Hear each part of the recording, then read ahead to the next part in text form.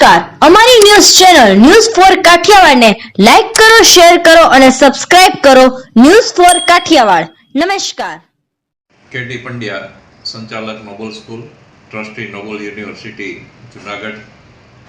જુનાગઢમાં વસતા તમામ ભૂદેવોને જય પરશુરામ.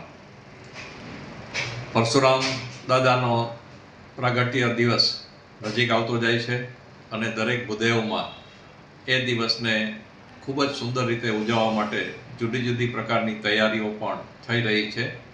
જુનાગઢ જિલ્લાના તમામ તાલુકા મથકે પણ આ દિવસનું શોભાયાત્રાનું ખૂબ જ સુંદર આયોજન થયું છે.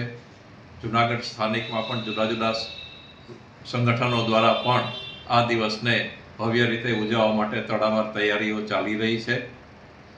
બ્રહ્મ યુવા સંગઠન દ્વારા આ દિવસે જુનાગઢ મહાનગર માટે એક ભવ્ય આયોજન કરવામાં આવેલું છે, જેમાં 9મી તારીખે બપોરે 4 વાગ્યે મધુરમ વિસ્તારમાંથી બાઇક રેલીનું આયોજન કરવામાં આવેલું છે, જે જુદા જુદા વિસ્તારોમાં ફરી અને પરશુરામ દાદાના સ્ટેચ્યુ પાસે ત્યાં સમાપન થવાનું છે. તો આ બાઇક રેલીમાં પણ યુવાનો, બહેનો તથા જે લોકો બાઇક ચલાવી શકે તેવા લોકો વધુને વધુ લોકો જોડાય. આ ઉપરાંત 10મી તારીખે કે જે દિવસે પરશુરામ દાદાનો પ્રાગટ્ય દિવસ છે, એ દિવસે એક ભવ્ય શોભાયાત્રાનું આયોજન પણ બ્રહ્મ યુવા સંગઠન દ્વારા કરવામાં આવેલું છે.